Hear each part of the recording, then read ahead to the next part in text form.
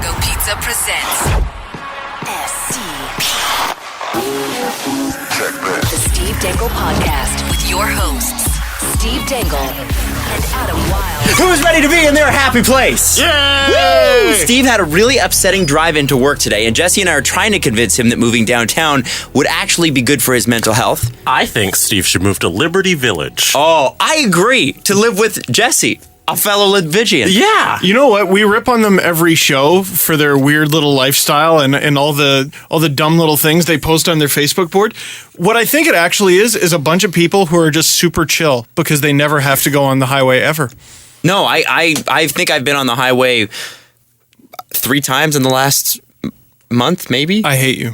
I don't go on the highway. Don't need to. How could you say that to me? Well, how could you say that because to me? I'm actively trying to prove a point that I tried to tell you guys about 3 years ago when I said, Steve, you're going to have to be coming downtown a lot. You might want to move closer to downtown. When on a good day, how far is Oshawa from Toronto? Dude, every drive down here, I feel like Mel Gibson just going through the Scottish mountains, it's a mission. It's a to-do every time. Yeah. Oh, I wonder what's wrong today. Oh, there's construction here. Oh, there's an accident here. Oh, I think someone actually got shot near the parking lot where I usually park. That person's probably dead. Where the hell's the ambulance going to go? It's downtown Toronto. Jesse? Yes. How was your ride in today? It was very pleasant. Yeah? I took the subway where there was zero traffic. Uh-huh. And I got here on time. How long did it take? 35 minutes. From Liberty Village? Yeah, 35 minutes. I drove in today. It took me 8 minutes. You jaunted in. That's not even a drive. Yeah. That's a glorified bike you took into work. Yeah. Adam, why don't you walk to work? I could, but I also have a lot of the time I have several buildings to go to over the course of the day. Oh my god! What's that like? Well, because is there that are a chore? days. Is there that are just days, a chore? Steve, there are days where I have to go to Yonge and Dundas Square, and then I have to go to another studio at King and Peter, and then I have to come up here and record this My or goodness. do Kiss. Oh my gosh, that's Come up here to Blue Ridge several Drive. kilometers. How do you do it? Total travel time, 13 minutes. Yeah. See, and the thing is that what I did when I bought my condo, even though it was a little expensive, what I thought was, you know what? I know myself.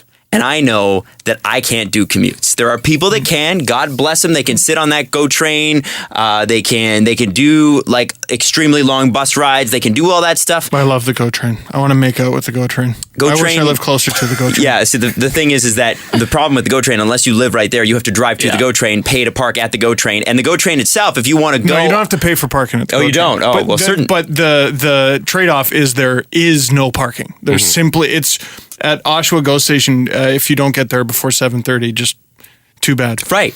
So then, how much is it? Because they're tearing down the station and rebuilding it because the station, they want to expand the tracks, Adam. The station's behind them. So they gotta tear it down. Oh, was the brainwave? Holy! Yeah. See, but you can get a parking spot at the GO station if you pay for one. They have that option. Right, and then Cool. what is it? There's the option of buying $1 million home here. What's a Which monthly? house did Prince used to live in on the bridle path? I'll have one, please. What's a monthly GO train pass cost? Do you know? I believe it's like forget it. $181 when I was a student. $181? So it's like 200 something for an adult. Right. Yeah. From where? That was from Mississauga to downtown. And I think Osh was further. Yeah. So it'd be $200, and then you got your Metro Pass TTC, which is another $120, $130. So now you're up in the $300 a month Times 12. times 12 months, right? Might as well buy a condo downtown. Plus, not only that, Jesse. Let's not forget about the 2 hours every single day, 1 to and 1 fro, depending upon. And let's not say that's not counting any delays because of weather. In Canada, we're known to have that. We have 4 different seasons of it. Every time there's a snowflake that falls on a track, the GO train's delayed. That's right. Here's what they got to do. They got to retool the 401. They got to just get rid of the DVP. You just got to get rid of it, get whatever picks you can get, and you're going to have to retain salary on the gardener. You're just going to have to. Yeah. Yeah. There's no So Robidaw Island for the gardener. Someone tuned in the middle of that sentence and went, retain salary on Gardner. What are you talking about? Oh my God. I'm just saying, man, listen, I said this to you many years ago, and I love you, and this is not an I told you so, but I'm just saying that one day you're going to lose your mind. Yeah. And what I hope for you is that before that happens, you decide to come and join us on the evil side. We have many great restaurants. There's readily available public transit at a fairly cheap cost. We have Jays games. Raptors games, Leafs games, Marlies games, all at our fingertips. I can walk to see the Toronto Maple Leafs. If I could afford to see the Toronto Maple Leafs, I would go. So I'm just saying, man. Just saying. And for just as frustrated as I am, imagine how frustrated Vancouver Canucks are. Oh, and it's a great tie-in, but we're not going to talk about that yet. I know, because you're evil. You're going to make them wait. Well, we got to make them wait because there's something else that I think you'll even find more frustrating. More frustrating than even getting to work. Ooh. Now, any Angelino that's listening to this right now, anybody from Los Angeles that is listening to the show is going like, yeah, an Angelino? Like, oh, that's fun that you have traffic. That must be nice. Anybody from New York City? People from LA, I've been there, and you people, oh yeah, I said you people, cannot drive. You cannot drive. You do not, don't complain about traffic because you simply don't know what you're doing. I've never seen that many clueless drivers all in one place. They're stupid. They're dumb. They're out of their minds. Toronto has a few, and it screws it up for everyone. Anyway, Adam? Yes? You know, in LA is the only legal place, I think, in North America where you can drive your motorcycle in between the cars. Yeah, and they actively encourage you to do that, which is ridiculous. The most dangerous thing. Someone did it to me yesterday, and I'm like, I could have killed you. Yeah. It's the dumbest thing on earth. Yeah. I could have killed you at a moment's notice. And it wouldn't have been my fault. Well, I watched a video the other day of somebody in Los Angeles doing just that, but a truck quickly pulls, they're at a stop sign, stop light. This bike is making its way up in between all the cars, and a truck pulls over, and you think this truck's being a total jerk and cutting off this motorcyclist. Well, split second later, 18-wheeler blows through an intersection.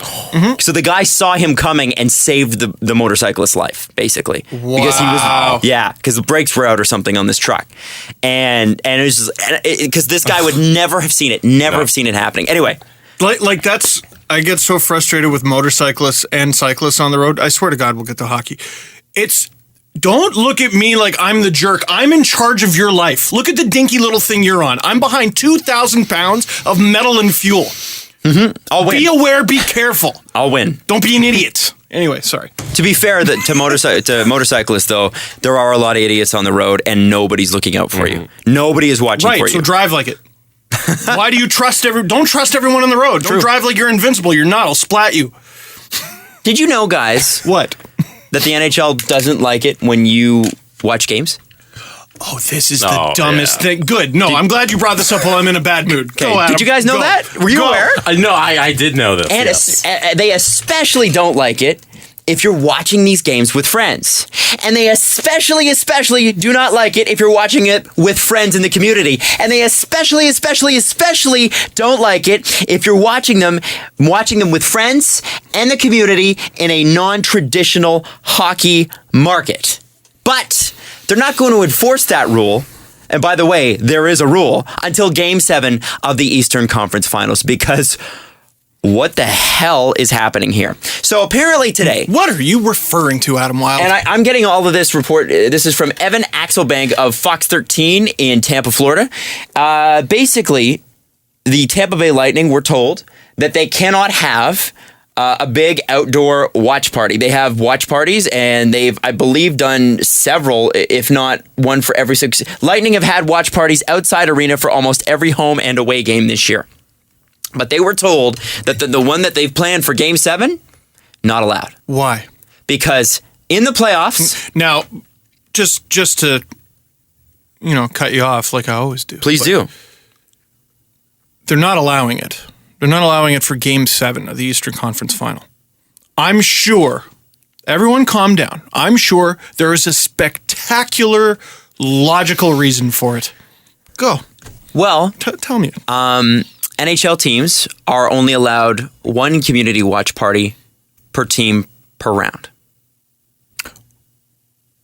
That's odd, because I specifically remember going to 2 in one playoff series In Toronto. Yes. 3 years ago. I thought the same thing too. I'm not sure what that counts as. That's an outdoor watch party. They put the game up on a big screen and there were a bunch of people watching it, having a party. That's Right. a watch party. And according again to Evan Axelbank of Fox 13 in Tampa, Florida, the Lightning have had one for almost every home and away game this year. They've had them all playoffs long. Now they can't have one. Why? Because of that stupid rule? Because there's only one per team per playoff round. So now what happens to the Lightning because they have broken this rule? That I don't know. I have not been able to dig up what would happen. They're not going through with it, so I guess they haven't broken it yet. So long story short, Tampa Bay Lightning fans cannot have a watch party for this game. Not officially sanctioned by the team, no. In this does that beautiful, mean? they have a beautiful pavilion and stuff around the arena. Have I told you how I went to Tampa and watched a hockey Did game? you? I did, yeah. Are you rooting for them? They have a team and they're great fans. And they've got these great outdoor bars and that sort of thing, so that the team cannot officially sanction. So you could set one up.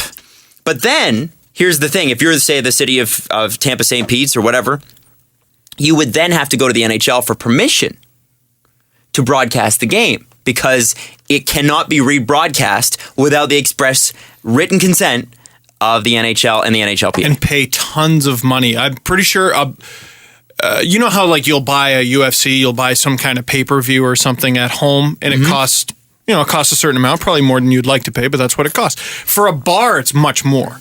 My last info a few years ago was $500. I'm sure it's much more than that now. Right. To show like UFC 200, that's going to cost a bar like $1,000 at least.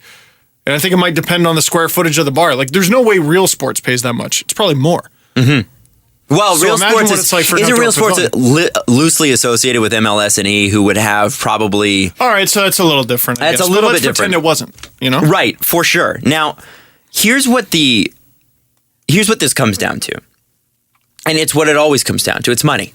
It's money. The NHL wants to make money out of rebroadcasted games. They have already said that because of the sinking Canadian dollar, they'll probably lose $200 million this year, which is a lot of money, but the NHL, that doesn't mean that the NHL won't make a profit. It just means it'll make $200 million less on the profit that it made last year, which is a lot, but that's market fluctuation, okay? They survived the mid-90s. They'll survive this. They're fine. Kevin Miller's doing fine. Exactly. So beyond all that, what I find particularly interesting is that the NHL is throwing its weight around like it's the NFL. These are the types of things, and the NHL has to look at itself still as a bit of a grassroots league. If you are fourth place, there's going to be things that the first place league can do that you cannot do. If you're fourth place because you don't count college sports? Yeah, fifth, sixth, maybe. I mean, if you count it behind college sports, basketball and football in the States is bigger than the NHL hockey. If you were fourth because of some goofy rule that says the NCAA can't pay their players? Right. Yeah. Yeah. So of the professional, quote unquote, professional leagues, the NHL's fourth. UFC might even be taking that over soon. So then you've got some challenges ahead of you. How do you supplant the things that are ahead of you? Plus, especially in a southern market where baseball and football are far easier to play than hockey, far less expensive. What do? Well, you do things like community watch parties that create an environment for fans that make them want to come back. No. And they bring their kids. No. And and then 30 years down the road, I can remember taking my kids to this community watch party, and I had a great time, and I can't wait to take my sons and daughters to that. No.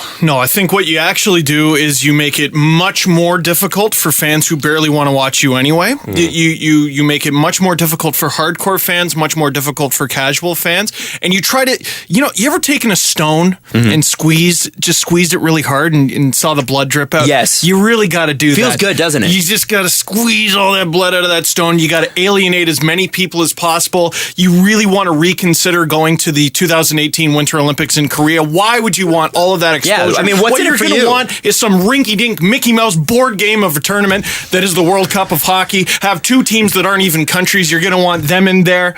And you're going to call it the World Cup, and the world isn't invited. Oh, you're gonna have commercials slapped together by first-year media students with no budget.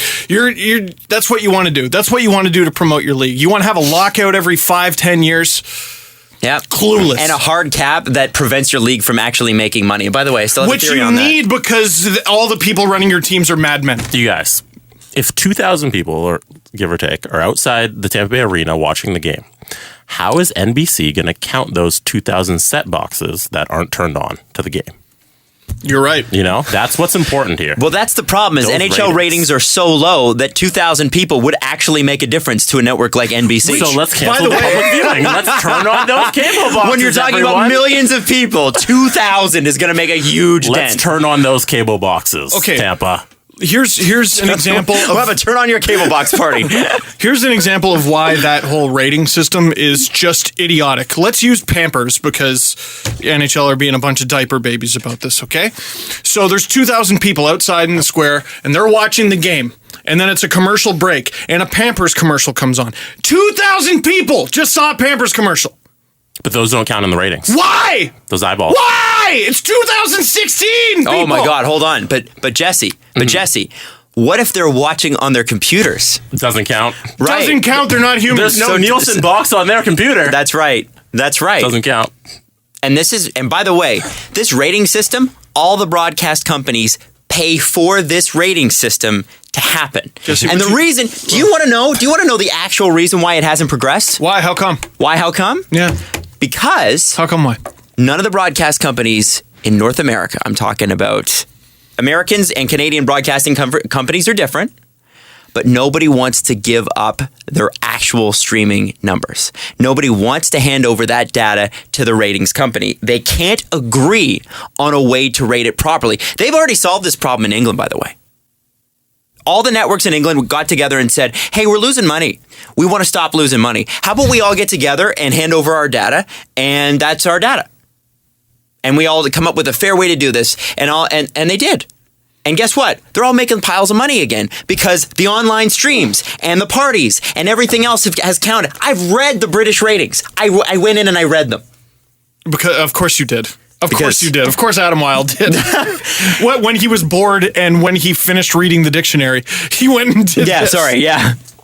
Now, and I'm not going to pretend to be an expert on the British rating system of television, okay? I'm definitely not. I bet Twitter is. But I'm sure I will get tweets about something. Jesse, what the hell did you put in this coffee? Seriously. Coffee. Freaking dying. But if they could figure out a system wherein the ratings were correctly evaluated, then these things would probably not be a problem. The other problem is this. Why would you allow it to happen all season long? Because obviously they're letting it happen because it is good for the game and they know that.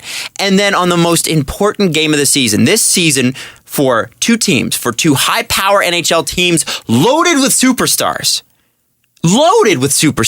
in two great, strong American markets. One of them in Florida, by the way, which is just a freaking miracle. Miracle that hockey worked in Tampa. Miracle. But it does, and it's amazing, and their fans are great. Have I mentioned that? No. But it's good that you finally give them their due. There are 3 periods left in one of these two teams' seasons. At least 3. At least 3. But that's about it. This is it. One night, and you're going to take that away from the local market. They're drug dealers. First hit's free. You really need this one, you got to pay for it. Drug dealers. Now, I wonder if the Leafs didn't pay the NHL to do their watch parties outside. I wonder if that didn't happen. Yeah, because the Leafs would pay, but they have They got money to pay Nathan Horton, Joffrey Lupul, and Stefan Roby. Yeah, they can pay the NHL. Sorry, Jesse. all 7 games were broadcast in Maple Leaf Square when we were in Boston. Including I was at 3 home games. Yep. Including the home games. But maybe the ratings on CBC are good, and they don't care for those extra eyeballs. So, or maybe the execs at CBC. Because this is an American thing, right? Yeah, I think it is more an American thing than it is here. I think too here people realize because if it got out that the network that holds all the rights, and in this case it's Sportsnet, if it got out that Sportsnet was going, we're not comfortable with that. people would lose their minds. It's bad for the brand. Well, and Sportsnet, I think, is just smarter. They're than that. way smarter than that. Sportsnet's a smart organization. I'm not even being biased saying that. Like, nobody. I don't get extra money if I pump Sportsnet's tires. It doesn't even make them, and I'm sorry, no offense to Sportsnet here, it doesn't even make them smart to make that decision. No. It makes them... It's common sense. It's common freaking sense. It's common sense. I don't get it. Like, that's just common sense. And a Sportsnet exec would tell you that. And the three-letter network would do it, and CBC would do it, which is another three-letter network, I guess. Anybody would do that. Imagine they pull this crap, and it's the Stanley Cup final, and it's Game 7. Imagine it. Now, I can remember another prophetic thing happened just like that with Don Cherry and the foot in the crease thing. Remember with Brett Hall, he said beforehand, what if there's a foot in a crease and it just decides the Stanley Cup, and lo and behold, that's what happened, and that goal should have never actually counted. You know? No. Like, it's... Never should have counted. And what happened? The 1999 to Stanley Cup has still not been decided. No. It's a false cup. It is. I just upset a lot of Dallas Stars fans. No, but it is. It doesn't mean they wouldn't have won. They literally just... Like, okay, I guess you'll only see this on the YouTube stream, but they just, kind of closed their eyes and went, nope, this one counts. It's double overtime. We want to go to bed. It wasn't a goal. It wasn't a goal. Nope. That thing that they were calling all playoffs long, all season long, happened. And they just decided, nope, tired, bedtime. Wonder what'll happen in the Stanley Cup Finals. Wonder what'll happen. Something that's Jesse's gonna get me another one of these coffees, and I'm just gonna go to town. If I can ask one thing of you, anybody that hears this, in your life, whatever position you rise to, and I hope it's a good one, I hope it's something that you really hope to do. Starbucks barista. Hey man, I know a lot of people who that was their first job. Yeah. They've done all right. And their last job. No, I hope whatever position it is you rise to. Let's say you're in an executive position. Don't be so hard line that common sense evades you. And that's where we've gotten to in so many things, in politics, in business. We are getting in the way of enjoyment. We are getting in the way of ourselves because we are so hard line. And that's what got us there. I'm a hard line guy. That's just how I am. Well, that's nice. But if you're not making progress, then you're ineffective. I don't care how hardline you are about it. If you are not willing to come 50 to the other person's 50, then you're not a negotiator and you shouldn't be an executive. That's what executives do. They negotiate, they create deals, and they create opportunities. That's why they're there. And so I would caution our generation against playing our parents' card of, I'm going to stick to my principles come hell or high water. Because that's ridiculous. Sometimes you got to give a little to get a little. And I hope the broadcasters hear this, which they won't. Donald Trump just dropped out of the presidential race. He's the perfect example. He's the perfect example. Perfect. This kind of stuff isn't working. It's not working. And what you do is you end up destroying a really great event that would have further embedded hockey, no matter the outcome of the game, further embedded hockey in a market that arguably really shouldn't love hockey, but does. Celebrate that. You know what's great? Adam just went on a great big beautiful rant, and I was gonna just say, use your frickin' head. That too. Use your frickin' head. I like yours it's better. That simple. I like yours a lot better. Hey, we gotta go. Your brain. We just gotta take a moment here. And we're going to breathe. And become better drivers. And then on Sportsnet 590 The Fan next, we're going to talk about the Vancouver Canucks. Oh, I can finally relax. There was a trade. A trade was made. You may not even really have thought much of it. Unless you were on Twitter, then you know. But if you're not on Twitter, you're probably thinking, well, it's just a trade. And plus, it's Florida and a West Coast team. What do I care if I'm from the East? And true, but not true. Not at all. No. There's so much depth to this. It's amazing. And we'll be right back with the Vancouver Canucks Florida Panthers breakdown on the Steve Dangle podcast on Sportsnet 590 The Fan. So Vancouver and Florida made a trade. And Roberto Luongo. Really. There's Ed Jovanovski. Hey. Didn't Todd Bertuzzi get traded to Florida? He sure did. Yeah. Hey. Crazy. We didn't even plan this. No. We just kind of realized that live. So they made a trade. This is one of their, in a long string of trades. If you were to look at their friendship wall, because you can do that on Facebook, I don't know if you've ever done that, it would just be all the stuff back You've and been forth. friends with the Vancouver Canucks for 15 years. Yeah, because they got Luongo from Florida and then traded him back to Florida. Crazy. Anyway, Florida said to Jared McCann, "Welcome to my house."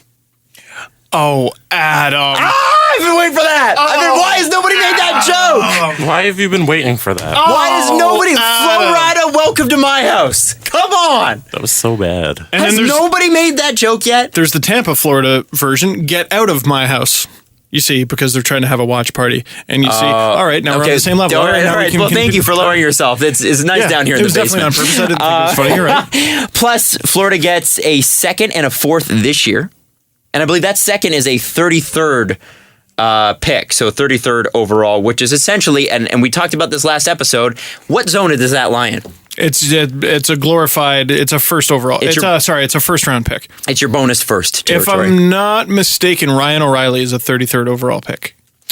Vancouver gets Eric Goodbranson, former 3rd overall pick. Oh, you bet. And so is Cam Barker. 5th round pick.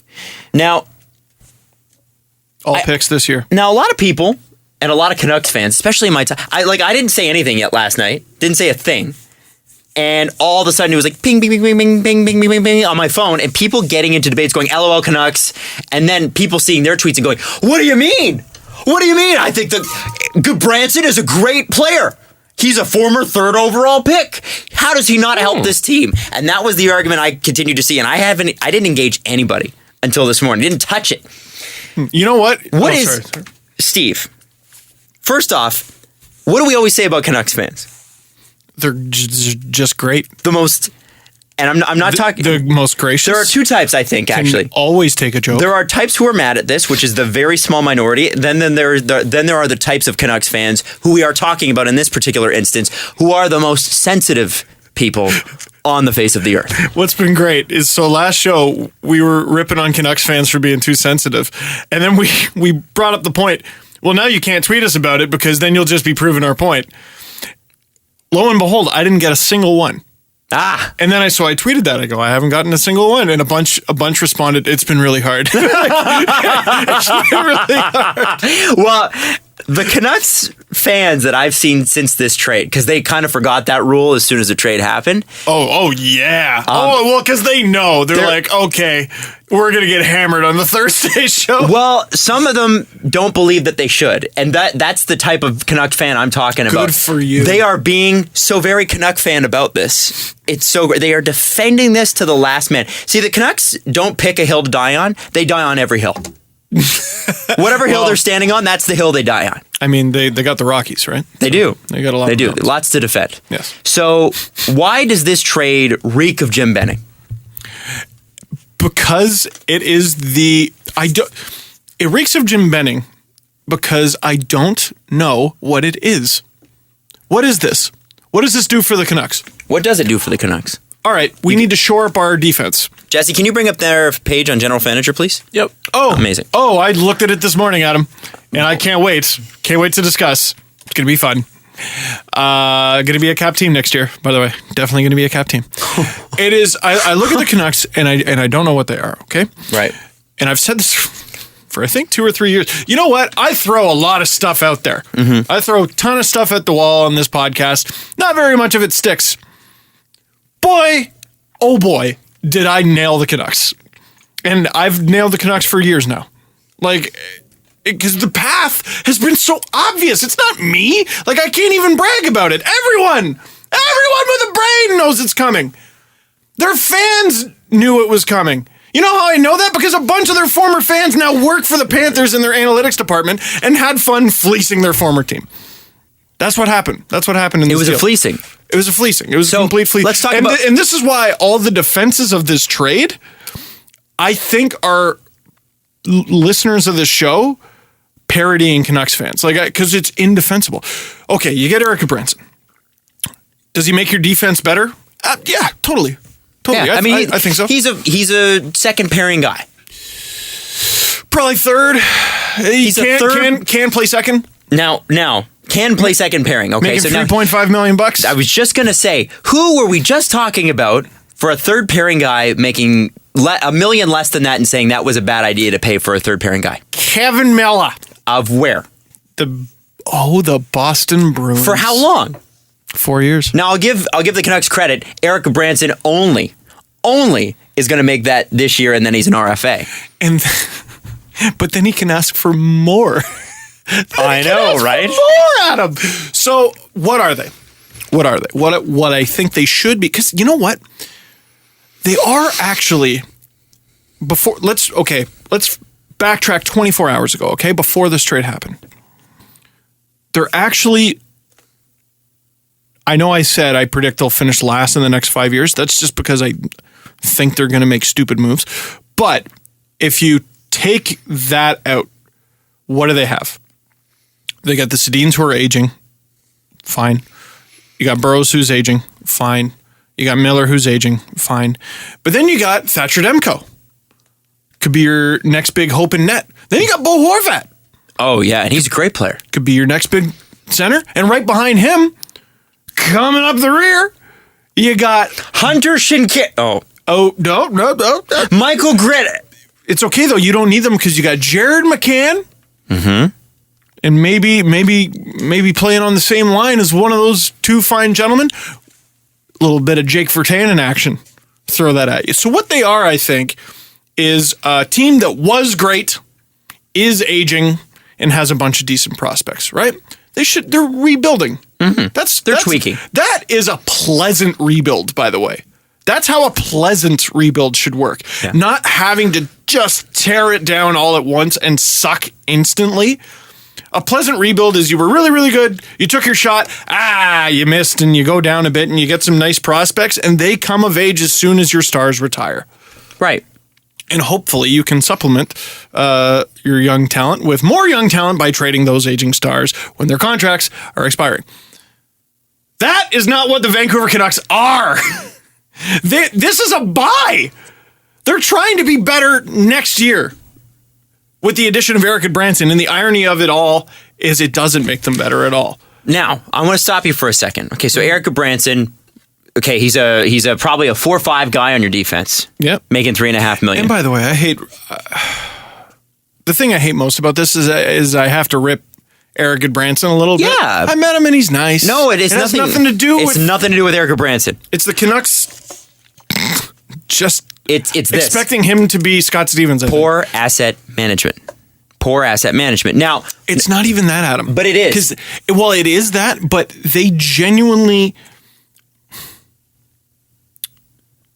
The Montreal Canadiens are stubborn. Uh-huh. They're very stubborn to a fault. I don't think they're stupid. I don't know if they're genuinely stupid. They haven't proven that yet. I disagree with them on a lot of things. They're stubborn for sure. I don't think they're stupid. The Canucks are genuinely stupid. They think these moves are good. They think they're going to be better next year. Now, let me just they stop you. Third last. I need to stop you for a second, and I need you to pay attention to this, okay? Really need you to hear me on this. Jared McCann. If I'm a Canucks fan, I saw a guy who played 69 games last year, only got 18 points, okay? As a 19-year-old. As a 19-year-old. First round guy. Late first, but still, he's like 24th, I think. I want to say 15th. I might be wrong. Okay. I don't know. So you have that, and you're not all that impressed. There were some growing pains last year, right? 24th, by the way. 24th. There were some growing pains with Jared McCann, right? Totally. And a lot of people were not very impressed by him. Canuck fans, not very impressed by him. Do you know that Jared McCann was one of the only players on that team to finish in the plus sides on most of the major advanced stats? Corsi relative, Adam. Corsi relative. And that brings me to this. And before you say that, okay, also remember that Jared McCann was playing with depth players. Oh, yeah. He was playing on the third line. He was not playing with your skilled players. He was playing a role on a team that he should not be playing. And he's supposed to be an offensive guy. I believe it was Travis Yost who said Eric Branson's, shot impact, Corsi impact, was comparable to Nate Gennon who I don't even remember who he plays for, and Jared Cowan. Whoa. Who, by the way, everyone thinks it's a foregone conclusion the Leafs are buying him out. They haven't done it yet. I think you need to hotline bling Mr. Benning. You need to hotline bling Mr. Benning. Jared, you played on the West Coast before, Spokane Chiefs. How would you like the Vancouver Canucks? Give it a shot, buddy. Jared McCann, how many points? 18. 18. What a bum. 99. What a bum. In how many games? 69. What a bum. Actually, that's kind of nice. Hashtag nice. I know of a player. In his rookie season, he played 55 games. Three goals. Oh. 4 assists. Oh. 7 points. I think I know who you're talking about. Even worse, -6. Whoa. And that's an important stat. Heavens to Betsy it is. Do you know who I'm talking about? I think I do, but I'm going to let you take it. Jumbo Joe Thornton. That's exactly who I was thinking. I was like, damn, if I get this wrong. So you know what we should definitely do? Judge Jared McCann by his first-year numbers. Especially when he's 19. Yeah, you know what we should definitely do? Judge him by his first-year production on a terrible team in a depth role as a teenager. Here's what I got into it with Canucks fans about this morning, okay? Before we get to the draft picks involved in this trade. Oh, we're not even one there. for one. Oh. 1 for 1. We're talking about Erica Branson, and I said, so you're how many? He said, the person that tweeted me said, tell me how Erica Branson doesn't help the Canucks, and I said it is not necessarily about that because he probably does in the right role. My point is asset management always, and when it comes to Jared McCann, you are trading a guy with a high ceiling, right? You're trading a guy with potential. They threw around the Patrice Bergeron comparison. I don't know about that. Any good two-way forward, they're going to compare to either Bergeron, Taves, or Kopitar. Right. So how many prospects with high-end ceilings, it doesn't mean they'll make it there, but high-end ceilings, are you going to throw away for mid-tier veterans? And they said, well, he's not a veteran. He's only 24 years old. And I said, wait a second. Erica Branson has played over 300 NHL games. Erica Branson, sorry, NHL veteran. He's an NHL veteran for sure. Oh, so leadership then. Well, I failed to see the problem, Adam. Apparently, Erica Branson was going to be the Florida Panthers captain this year. That's what I read. He was in the running to do that. I don't know. I don't know that that's true, but I read that. I don't know enough about the Panthers to say whether it would be or not. Regardless, who cares? C on sweater does not make better player on ice. Might make a great leader. It made Phaneuf better. Well, and let's talk about this then. Okay, so now we've got a 5th round pick going back to the Canucks. So they've traded a prospect who they drafted 24 months ago. You know who else was a 5th round pick, Adam? Jamie Benn. That's right. So they got Erica Branson and Jamie Benn. You feel stupid now. But what about the 2nd and the 4th going to Florida? A 2nd round pick was Brad Ross, and a 4th was someone bad, probably. Take that. I'll take that. Yeah, I'll take that.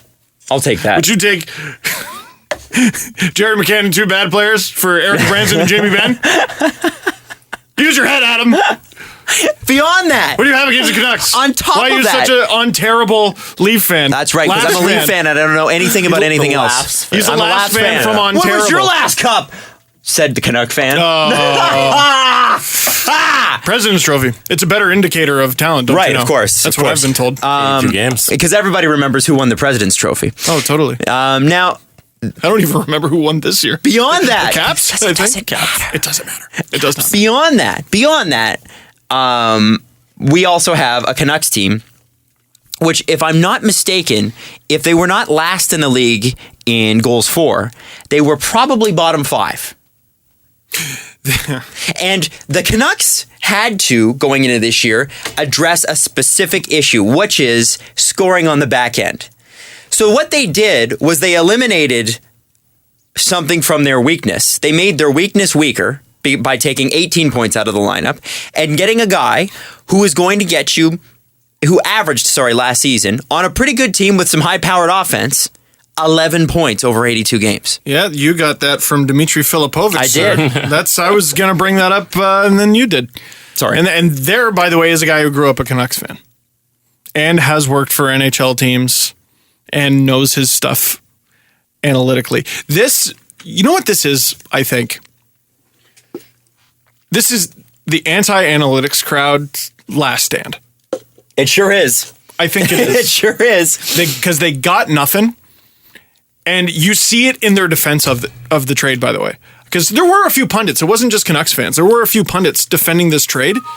They didn't, like, all the people who said the trade was bad could give you paragraphs and paragraphs and tons of numbers and probably video. I haven't seen the video for why it was a bad trade.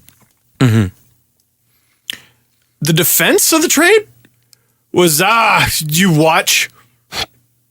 He's a strong, sturdy 6'4" guy. Mark Spector, he's a big person. Mark Spector said something along the lines of, well, this is just the Panthers turning over the reins to the analytics crowd. I don't think Dale Talon would have made this move. Well, then Dale Talon's a bad GM. And like, if that's the case, then Dale Talon's a bad GM. I don't even think you needed the analytics to make this trade. That is a good trade. I don't know. I'm sorry. You know what? I just called the guy who signed Dave Bolin to 5 years of $5.5 million per a bad GM, and I shouldn't have done that. I was disrespectful. You're right. I'm sorry. Vancouver was second last in goals for per game. Second last in goals for per game. And the point that Dimitri pointed out that I think, maybe you said it, the Canucks were third or fourth last in points from defensemen last year. And so they got a defenseman Who can't score. who can't score. I was talking to someone about this last night. How many teams around the NHL are pissed off today because they didn't know Jared McCann was available? So many. So many. I think one of those teams might be the Leafs.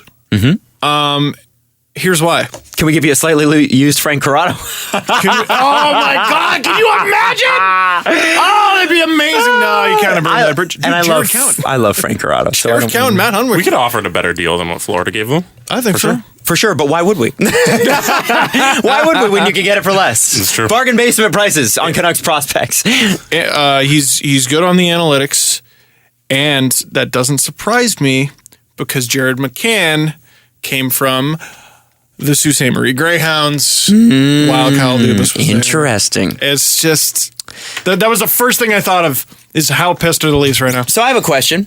Because of course. Now people are going to look at the Canucks decor and go, "That's a decor that can work together and be together for a long time." Because besides Dan Hamhuis and Alex Biega, who's randomly signed through for the next 3 years, which I don't understand at all. He might be good. I don't know. But he's 28. They're paying him nothing. Yeah, they are paying him nothing. Oilers fans got on me because I just kind of poo-pooed Oscar Klefbom. Exactly. But anyway, he's a good player for them. So maybe Diego's a good player, and we just don't know it. Dan Hamhuis, one more year left at 4.5, or is he a UFA No, this he's year? UFA. UFA this year. Yep. So we've got Chris Tanev signed through the second coming of Christ at 4.45. You're not kidding. And that's a decent defenseman. Yeah, for sure. Then Lucas Spiza. Lucas Spiza, who is not good. And he's 26 years old, $3.6 million for the next 2 years. Eric Branson. With Spiza, there's another big-bodied mid-20s defenseman. So he must be good. Who doesn't score. He must be good. He's big-bodied and youngish. Must be good. And then you got Branson, who's going to make 3.5, and then you've got Bartowski and Weber, who are both UFAs. So they have $8 million coming off the books. $8 million. What? Where? Just about that. Oh, with Hamhuis. Yeah, you do. Okay. Then, hold on. Then you've got, Tremankin? Nikita Tremankin? Tremkin. That's the guy the Canucks tried to sign to a 3-year deal until the NHL told them that's against the rules. Oh, right. You can only sign him to a 2-year deal. It's okay, though. They know what they're doing. Don't worry. And then Ben Hutton. So I'm looking at the Canucks decor and I'm like, this isn't getting any better. Now, they probably have some other things, irons on the fire, you would think. It's also a pretty young core. Yeah, for sure, and that's great. But I don't see a stud there. Not one. Tanev might be the one. But is Tanev the one? That's your best defense. Right. So then you got to go to you've got two options to upgrade your decor, right? You trade assets or you trade players' assets for another team player, or you go out and you sign and you overpay in free agency, or you hope that a Cody Franzen situation arises. The Canucks. Let me go through the Canucks draft this year. Can we go through that? Let's do it. In round 1, the Canucks have their pick. They have no picks in round 2. They have one in round 3, which has a star next to it. No, it's theirs. I just read it. Yeah. They have the New York Islanders' 5th round pick, and they've got a 6th and 2 7ths. That, kids, is 6 picks in 7 rounds. How do the Lightning have 9? How the hell The Lightning have 9. The Lightning have 9. I'm falling in love with that team.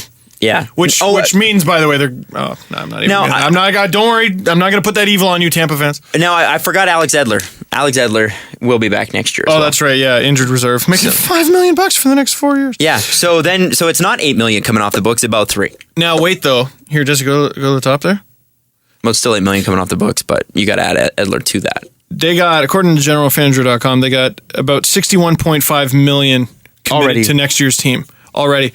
And correct me if I'm wrong, but that doesn't count Lyndon Vey, who's an RFA. That doesn't count Sven Berchi, who's an RFA. That doesn't count Emerson Edom, who's an RFA. That doesn't count Andre Padan, who's an RFA. They probably got some guys in the minors they would like to qualify. And that also doesn't account for the fact that they're going to buy in free agency this year because they think they have a team. They think they have a team. Mm-hmm. Oh, it's amazing. You have to get the Sedins a ring before they retire. Lucic is fully becoming a Canuck, right? Easily. Like, for sure. Easily. But how will they fill out the rest of their team? Doesn't matter. Do you guys want to go through? I don't understand. Doesn't matter. Boston model.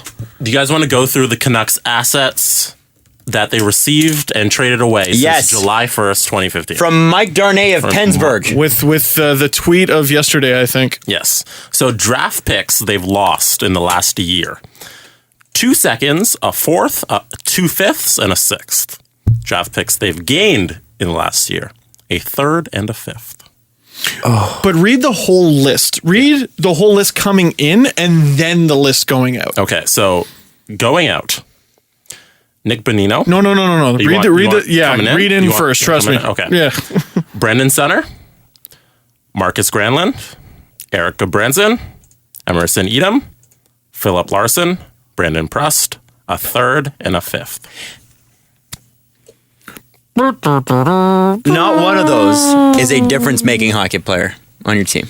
Difference maker. I disagree Brandon there. Sutter's okay. You mean like a game breaker, you mean? Yeah. There are some decent players in there. I'm not even saying they weren't decent. I'm just talking about like a game breaker. You're just.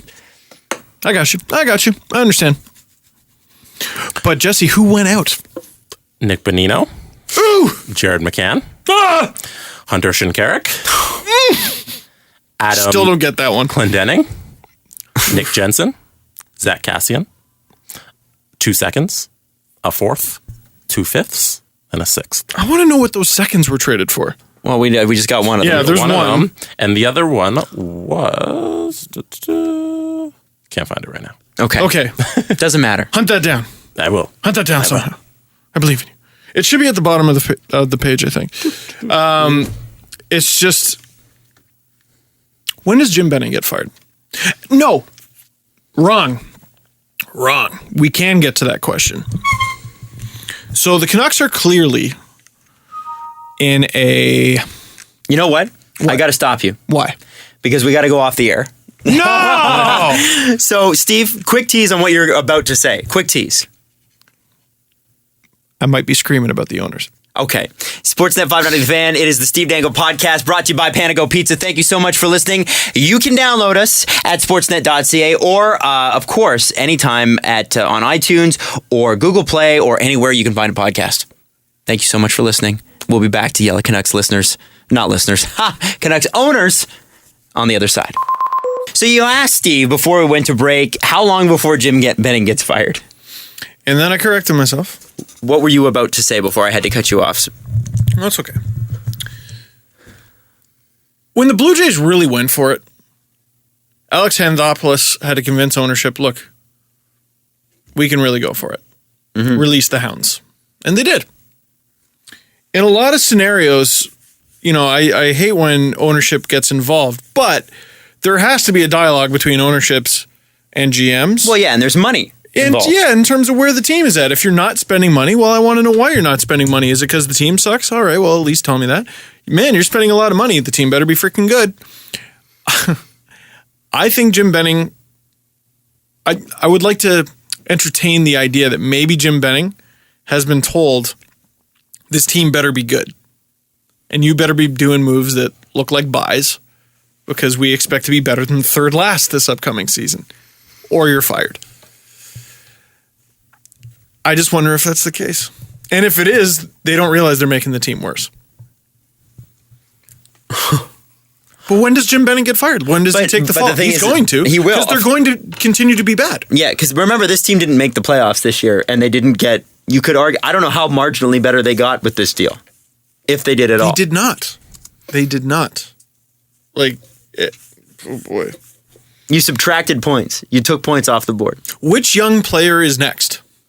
Is my question. They do have futures. I'd be calling about Jake Virtanen right about now. What would it take? Not if you're the Leafs, because I don't think... He's too big. Boston model. The Leafs... Call for Bo Horvat. Right, maybe. You'll get him. Maybe. The Leafs don't need a guy like that, but I wonder what other teams are going, I believe it was Dmitry Filipovich. I'll give him another shout out. I believe he said, step 1 to being a good GM, identify the bad GMs in the league. Step 2, call them all the time. There better be a ton of Rogers bills with a lot of long distance going to Vancouver, or maybe they have a Canada-wide package. Maybe they roam like home in the States. Maybe they do. Well, they don't have to. Well, unless Jim Boy is on the road. Right. Jim Boy. I don't know, man. I think this is going to be so interesting because it seems like, here's the thing. People in Vancouver love this. You listen to the sports stations, you listen to the quote unquote experts. Everybody loves this trade. This trade. We only know about East teams, Adam. Right. We only know about East teams. That's what Twitter told me. I don't know. It's funny that we only know about East teams until we're right about the West teams, but then we don't. Then we didn't say it in the first place. I'm trying to figure out how to say this without coming across like a huge asshole. Could Western Canadians... The nicest way I could possibly put it is, could Western Canadians be a little more self-aware? Could they be? Well, they would say the same about us. They would absolutely say the same about us. You're right. You know, what makes us better than them? We're not. Both sides are right. Could Eastern Canadians be a little more self-aware? Could Quebecers be a little more self-aware? Could Western Canadians be more self-aware? Yes, to all of that. We need to check the Ontario folks that live up to the Ontario stereotype. True. And the reason why it seems so big is because there's so many more of us. There's a lot of people in Ontario compared to the rest of the country. But tell me about the laughs again. Go ahead. Tell me how I only know about East teams again. Go ahead. Tell me how I'm biased without the ED at the end. Can I just throw something in there? Okay, can I just... Bunch of dorks. If you can play hockey, conceivably, you play hockey for any team, right? Jim Benning's interested in you. Well, yeah, but if you can play hockey, if you're good enough to play professionally, you could play professionally no matter what jersey you wear, right? You're not just going to play East. Well, he can only play in the East because people say that though, right? So then, when it comes to analysis, if you only know an Eastern team, is it actually logical to say that you could therefore not know a West team? Because they are acknowledging that you know Eastern teams. So why could you not know Western teams? What prevents you from knowing them? Not just that. In saying that you only know about Eastern teams, they're saying that they know better about your Eastern teams. I know about my Western team, and also, what does this guy know? He's a Laughs fan and only knows about the Laughs, who, by the way, are bad, and I know this because I'm an expert on East teams. Have you guys taken a look at the fun fact from the 2010 AHL draft with this trade? Go through it. Tell me. The picks 2 through 6 have now been traded. Wow. Tyler Seguin, Erica Branson, Ryan Johansson, Nino Niederreiter, Brett Connolly.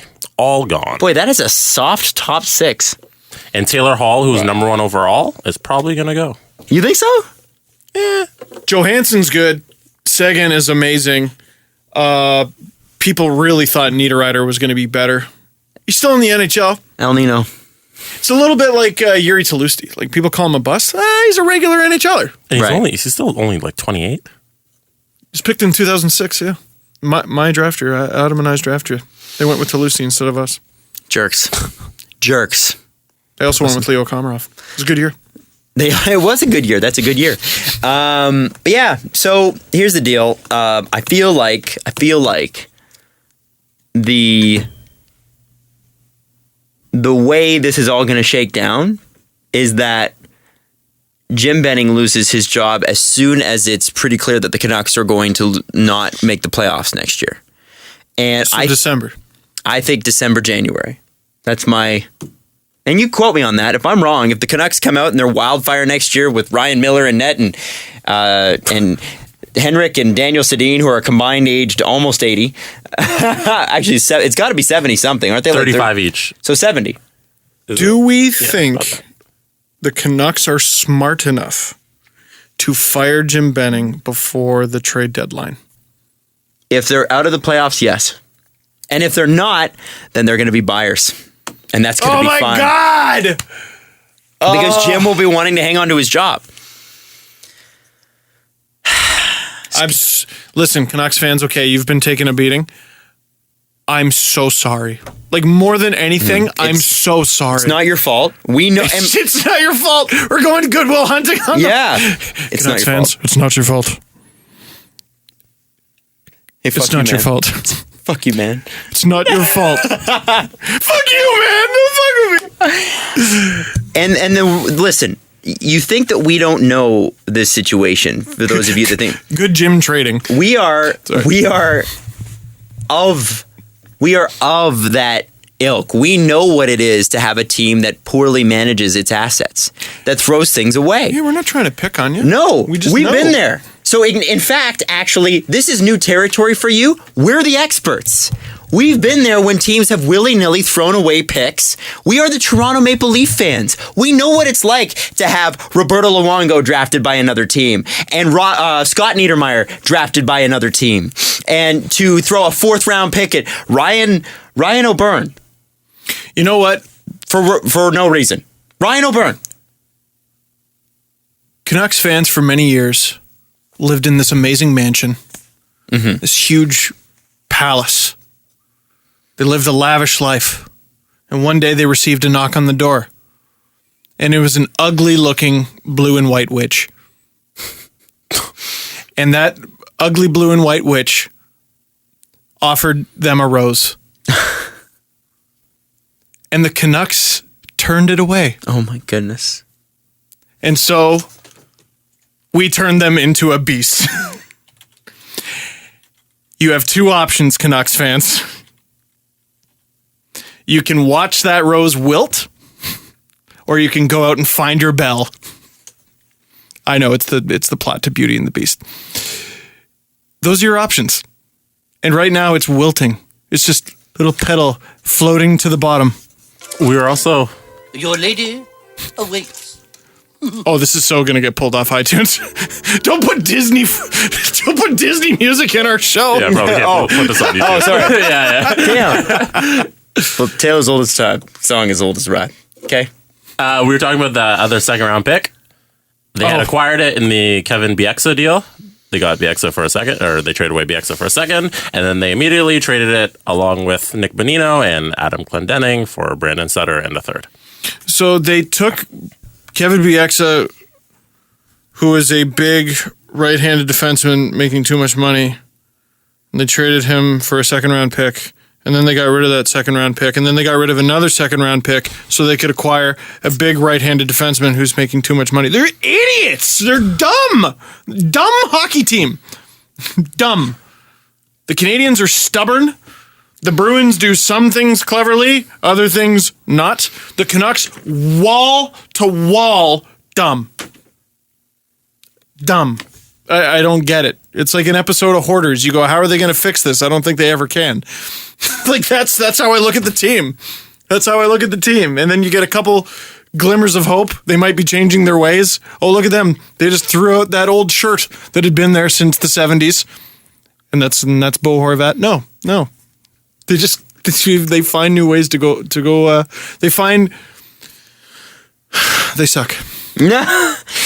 In good news from the West Coast, Because Adam, let's talk about things we know. well, I'm sorry, but I actually do know this because it has to do with an Eastern Conference team, which I know. Is this available on the West Coast, by the way? Do they have internet yet? I don't think the West Coast has internet. No, everywhere except for San Francisco has internet. That's I love. It's like, listen, I don't understand people with how like when it comes to something like sports. Because of the internet, literally all the information is available to you. Oh yeah, if you know how to look, it's there, and all you have to do is if you know how to look. Literally type in. You know what we did to find out that information about the second round pick? We typed in list of Vancouver Canucks trades. Google. It's a beautiful thing. That's what I'm saying. Is it people like left over from the age when you could watch like one hockey game a week? Is those folks? I think we're getting caught up in what we do often, and that's trying to make sense of idiots. Some people are just stupid. Okay. So I would like some good news out of the West, please. Can I, if I may? No. The San Jose Sharks made it to the Stanley Cup Finals. James! I love you, baby! So not only Good for you, babe! Not only are we excited about James Reimer playing in the Stanley Cup Finals, potentially. I mean, he is the backup goalie. He will at very least look gorgeous on the bench. That's right, and he will get a hat. He will get a hat. God. His wife has a hat too. We get a 2018 third round pick as part of the deal for him. Now, I think that's kind of cool because Let's flip it for Jared McCann.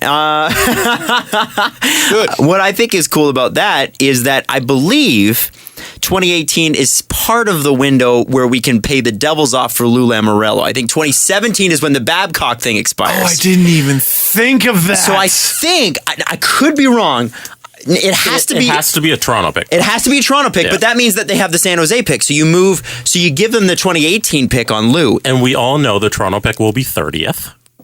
Oh, of year. course. So who cares? We just need to hope. 2 years down the line, okay? Sharks get a little worse. Leafs get a little better. How far away are those picks from each other? Probably Hopefully not that less far. than 5 spots. Yeah. And even if so what? So freaking what? Doesn't matter where they finish.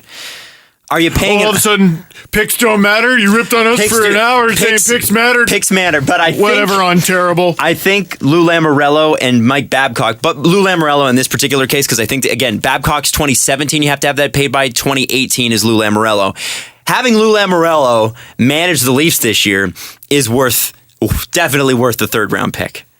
And no matter where they finish, I'm good with it. So then we have San Jose's pick. So then we're covered. Hooray. So you pay that off. Pay it off. You're paying off debts. One thing Thank you, James. One thing we did discover a moment ago, by the way, the Canucks are throwing around second round picks willy-nilly because they got one from the Columbus Blue Jackets for John Tortorella. Forgot all about that little chestnut. But never mind that. Never you 'Cause mind it's gone. that. Well, it's gone. And also, much more importantly, Optimus is in the Stanley Cup final. Nick Spalling Is in the Stanley Cup final. Leaf great Nick Spalling. Roman Polak, the Centurion from the Czech Republic or something. Well, in. now I have a question about this, and somebody tweeted this at it, and I thought it was a very correct. Actually, you know what? Let's wait for the press conference for that one. I don't have a question. I'm going to leave it. I'm leading the press conference on this one. Though. Just ask a question now. Complicated man. No, we're saving for the press conference. It's a good one. Because it's a question, and it's from a fan, so it's a press conference question. So that's great. That's amazing. I'm just getting more updates on what happened in Tampa Bay, and according to Deadspin, the NHL allowed for a whole bunch of watching parties happening in the Western Conference, including, it says, what did they say?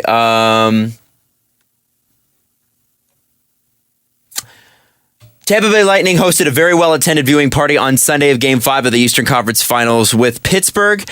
8,000 went to a similar event last year. Wow. They had another plan for Game 7, but were told by the NHL that they would be fined otherwise. The NHL told Deadspin that the Lightning were only allowed to host one official event per series, and that they'd already used their slot for Game 5.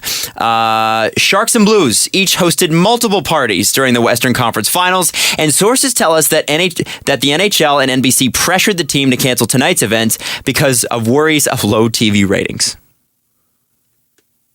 The NHL, we've also heard the NHL is threatening to fine teams for violating the watch party rule again at NBC's behest. The NHL is likely enforcing this policy with such vigor because of the disastrous TV ratings these playoffs have drawn. Viewership of both conference finals matchups are down over last year, especially so in the Western Conference. So you're penalizing the East for the West. You know how quickly you make that money back by firing Mike Milbury and Jeremy Roenick? Fucking leave the fans alone. Yep. Jesus Murphy. And so it's NBC? What a bunch of dicks. and this is interesting. Remember that it's like 4,000 or 5,000 people that determine the ratings for 4.5 to 5 million, eh? Yeah. That's what the sample size is. So if one of those people leaves their homes and doesn't have the box on, it's kind of bad. It means something. It does mean something. And they can't go and say, hey, leave your box on because that's slanting the ratings. No, that's illegal. Which is illegal. I don't think the right people are reading those just quit your job and go backpack Europe posts on Facebook. I wish some of these executives did. And they just went, you know what? I have millions of dollars. And they just quit. Call it a day. They work at a soup kitchen in Switzerland. Mm-hmm. They meet the love of their life in Romania. They're hardliners at soup kitchens in Switzerland. They just Switzerland for some reason. they open up a wood whittling business in Hamburg. Like, how do you come up with that being a good idea? How do you land on that? The fuck? Those are again. We live this life. We're on this planet, okay? Mm-hmm. We spend 18 years working our way to graduate high school.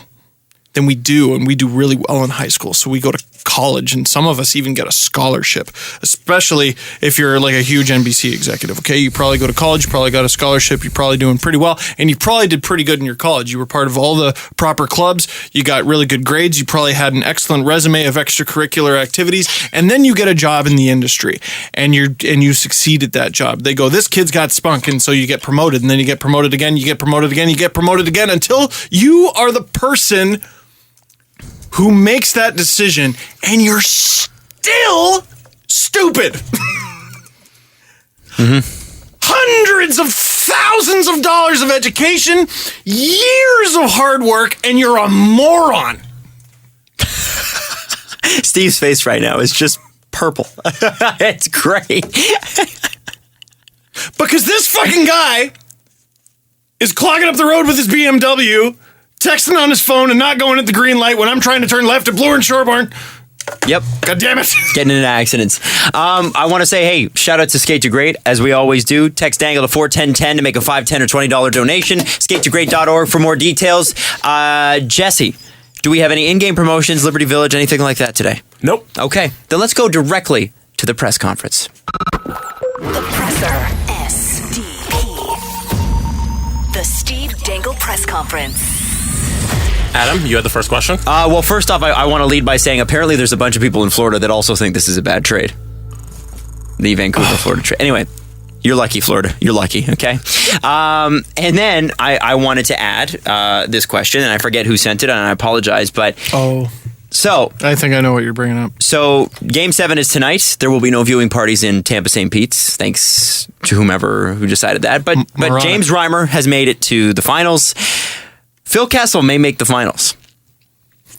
Who do you cheer for in the Stanley Cup Finals as a Leaf fan? Do you cheer for Penguins fans? Look at my face. Listen to the words coming out of my mouth. I said nothing about who I think is going to win Game 7. I just said it could happen. All that evil was It's put 50-50. on you by Adam Wiles. It's 50-50. It could be Tampa. It could be Pittsburgh. In equal measure. But for this hypothetical conversation, who would you cheer for?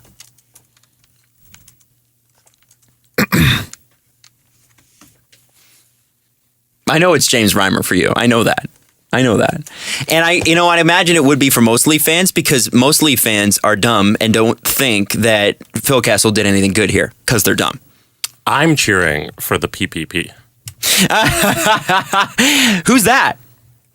The Pittsburgh Podcast Party. Pittsburgh Podcast Party. You know what? We got two good teams going head-to-head, and I think the better one's going to win. Steve, you're allowed to say who you cheer for. No, absolutely not. It's jinxed. Really? Yeah. You know this jinx isn't real, right? You guys do realize that. Pretty sure it is. I don't know how we could be coming up on the 3rd anniversary of the show, and you could still think that. I don't think it's real. I think it's idiotic. I am fully, definitely cursed, and it is definitely You're not. all the way real. You're so not. You know what? It's okay, because every single time you hedge a bet, it's 50-50, Steve. Adam, I said the Canucks are going to finish last at least once in the next 5 years, which fully means they're making the final. Maybe as soon as next year, with Eric Branson winning the Conn Smythe. Now that you've realized you jinxed it, it's not. Now it can happen. Nah. What, the Canucks? You're recognizing the jinx, so now they can finish last. Well, There you go. sorry, Canucks. Do you guys not know how jinxes work? Like, basic knowledge here. Oh, come on. Come on, guys. Nice face. And do you guys know? All right. So, I'm not what are our questions? I'm not putting that Jesse? evil. What the fuck happened with the Marlies? They're down 3-0. Oh my God! Yeah, we didn't even talk That's about the first that. question. It's pretty bad. I wasn't at games 1 and 2. From what I'm told, I mean, game 1 was pretty close. I think they lost 3-1. I believe game 2 was a 2-1 overtime loss, and they outshot the Bears, and they should have won. Last night, I'm at game 3, Ricoh Coliseum, and it's 2-1 Marlies. Most of the way through the second, I think. I'm trying to remember when the tying goal happened. I got to make an MFR when I go home. When I get home at like 9 o'clock because of fucking traffic. Anyway, it was 2-1. Bears tie it. It was a weak goal from Antoine Bibeau. Very weak, but it's still 2-2. With about 50 seconds to go in the second period, Bears get a very soul-crushing goal, whatever. So it's 3-2 heading into second intermission. Heading into the third period. I don't know what happened after that, but that same game that the Marlies were losing 3-2 after 2 periods, they lost the game 8-2. Was it 8-2? I stopped paying attention after a while. We all did. Yeah. We were all just talking to each other about how ridiculous this game was. Antoine Bibeau gets pulled after the 4th goal. Like the first shot Garrett Sparks sees is a shorthanded breakaway. And of course that goes in. And then another shorthanded goal goes in. I think the Bears had 2 shorthanded goals. Fans start giving Sparks the Bronx cheer as if he let in the first 4 goals. And the Marlies got completely shit kicked on home ice. And now they got a reverse sweep just to have a shot at the final. The Leafs organization in this series has been embarrassed. And last night was the cherry on top. Can I just say... You lose 2-1 again? Maybe not, but holy shit. Can I say that I think that's a good thing?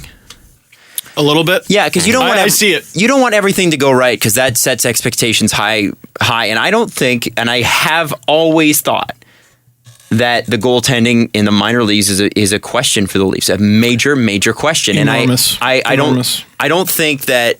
I thought they were better than this. I think that they have to. I mean, again, Sparks and Bibeau are young. This is what happens sometimes. That's true. However, you also have players that are not playing responsible team hockey. Because I don't think you could put this all in Sparks and Bibeau.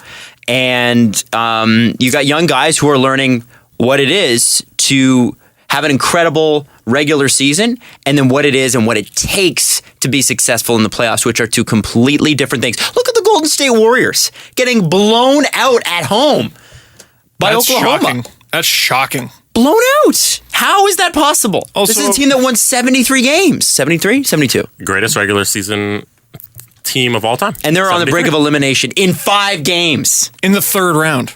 Not even in the final. Yeah. So this is it, man. Like, this is good because I think it will show if you're getting all A's, it's kind of difficult because like A's in school, because it's like, well, what do I focus on? How do I improve?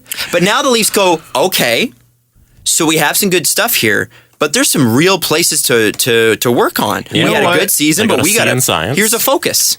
It's not even the C in science. It's like they're getting straight A's, but they don't even really study that much all the time. Like, the Marlies finished the regular season with 114 points. They were a spectacular team, but there were so many nights where they did something so amazingly that it covered up their flaws, but part of me was going, God, they need a correction. A correction needs to happen. Yes, it's super cool that they were losing 8-4 to St. John's and won 9-8 in overtime. They allowed 8 fucking goals. Yeah. Yeah. In 2 periods of hockey. What happened? Yeah. That's a problem. They allowed 5 goals in the third period of a playoff game. If they scored 9 goals last night, everything's fine. Yeah, right? That's all you have to do. Well, and what was funny, again, is I'm watching and I'm like, the Marlies are never out of a game. This might just happen again. Like, they were losing 4-1. They won't have the scoring next year to do this. They won't have the scoring next year to do this. No. The Marlies are still going to be a good team next year. They will not have the same scoring, though. No. Connor Brown, Nylander, Sosh, Matthews is not even going to go there. Marner's never going to go there. No. So then you've got Tobias Lindberg. Damn it, why do I always get that wrong? Who do you have? Who's going to score the goals for this team next year? Colin Smith scored a spectacular goal last night. Trying to remember who scored the fourth goal. I'm not like it was so rush. Plus, I got to interview Eric Lindros before the game, so that's kind of cool. That was pretty cool. Who's that? He's a guy. He was wearing his championship belt, so I knew who he was. Eric Weidman. Eric Lindros never won a championship. You know they. That means he's awful. That must mean he was a bad player. Absolutely. They like a lot of players away from the puck are pretty shocking. People are picking on Nylander specifically. Last game wasn't the game to do it. I thought he drew a penalty. He led the team in shots with 4. I'm not going to lie, kind of a little bit passive defensively, but like you can't lose a game by 6 goals and have it be one guy's fault. Mm-hmm. Even Bebo. Like they were bad. They got outclassed by the Hershey Bears very badly. Our Hershey Bears team that, by the way, lost Connor Carrick, who is the Marlies' leading scorer. Mm-hmm. I still think it's a good thing.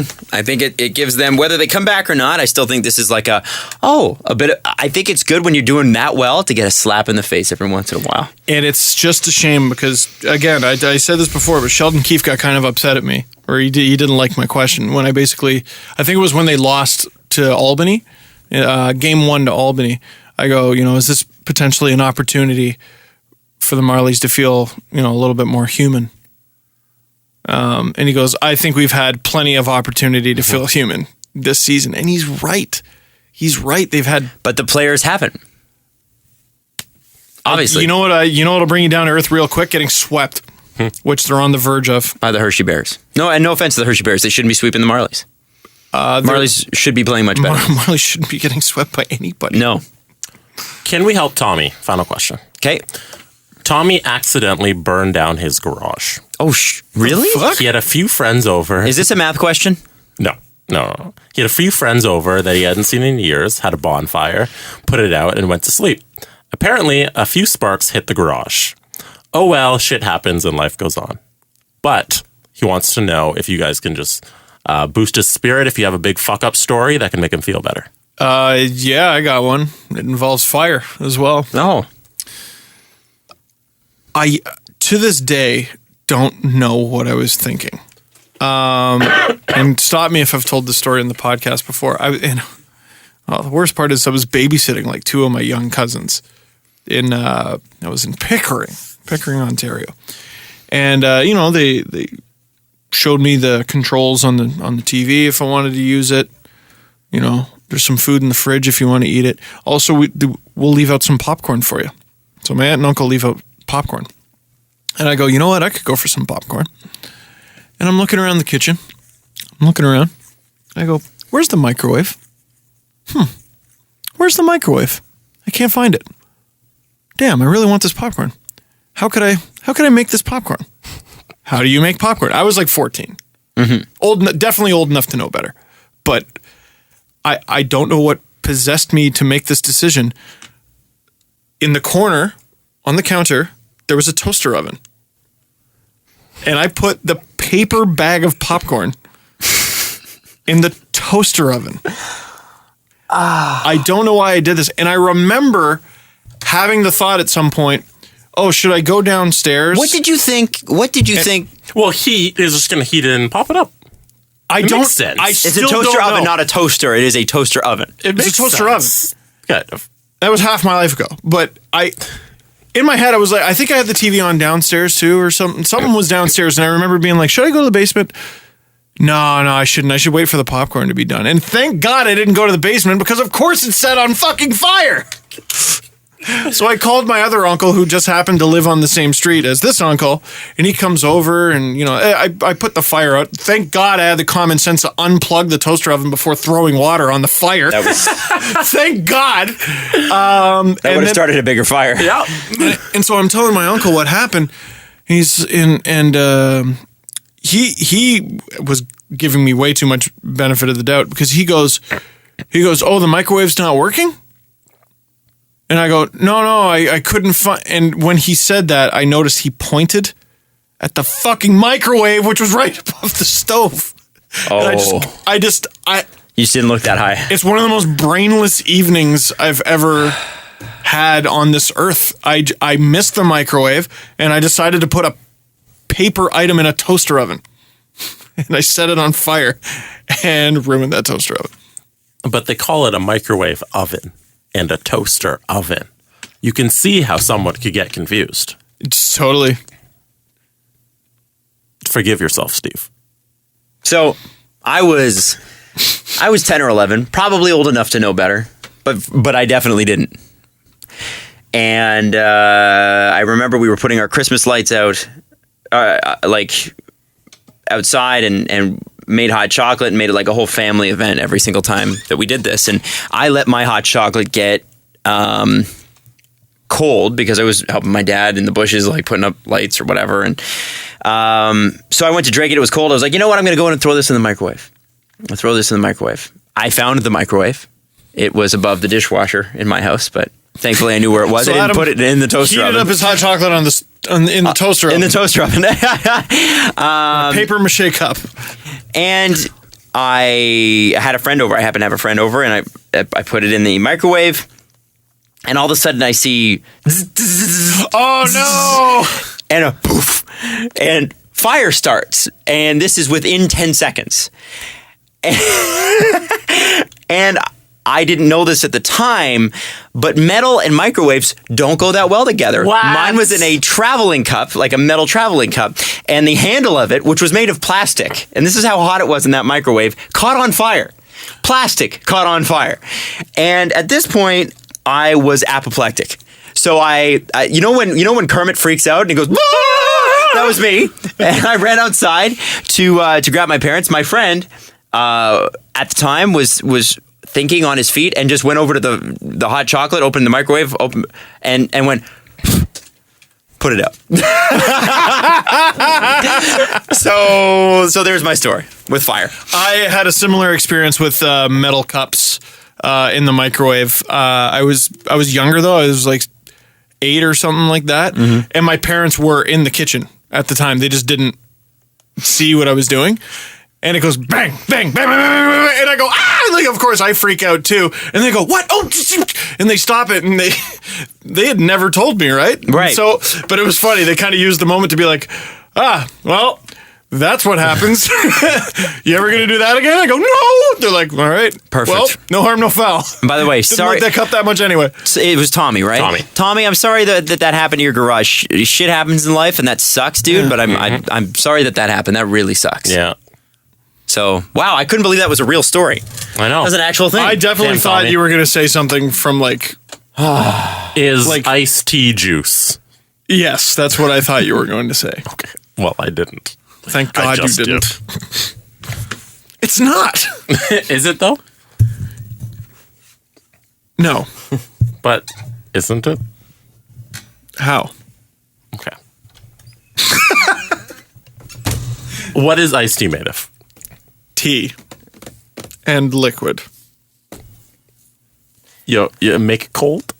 You put it in the fridge. According to... Have you ever brewed yourself an orange juice? Yeah. You have? How do you brew yourself an orange juice? You can Step 1, squeeze the fucking orange. Step 2, drink it. If you're making lemon juice, you squeeze it. Done. cut up some lemons. You could just throw them in a bucket of water, right? Yeah. And get some lemon water. Yeah. You get a tea bag. You throw it in some water. You put it in the fridge. It's juice. Fucking hate you, Okay, Jesse Blake. all right. So we'll be back next week. Enough from the two of you. Enough. Oh my God. We're gonna go. Thank you so much for listening, Canucks fans. We're looking forward to your tweets. They sustain us. We're also looking forward to your continued success. We're out. Canucks. We're out. Peace up, A-Town. We'll see you next Tuesday, and I'm sure there will be lots of more fun, exciting news. Who wins? Who wins tonight? Who I think my heart says Tampa, my head says Pittsburgh, as it always has said from the beginning of the Adam's series. picking Pittsburgh. Steve. My heart says watch. My brain says the games. Jesse? Raptors in 7. Oh, one more thing. Steve, that was the perfect out. I don't care. Can we just leave it? Listen, I bet. Okay, this better be good. Yeah, What you is it? better you better come with some fire. All right, let's. our next podcast, we can celebrate our 3rd anniversary as a show. Really? Yeah. Oh, we didn't mention, by the way, it's Blue Shirt and Khaki Day. Happy Blue Shirt and Khaki Day, too. Yeah, guys. See, we All had right, an all incomplete right. show. See? Third anniversary? 3 years? Yeah, 3 years, Damn, that is longer than any relationship I've ever been in, by the way. including your current one. Including my current one. Love you, babe. Love you, babe. Adam's babe. Looking at Adam. Raptors in 7. Follow the guys on Twitter at Steve_Dangle, at Adam WYLDE, and at Jesse Blake. The Steve Dangle Podcast. Brought to you by Panago Pizza. Order at panago.com and stuff your face with deliciousness.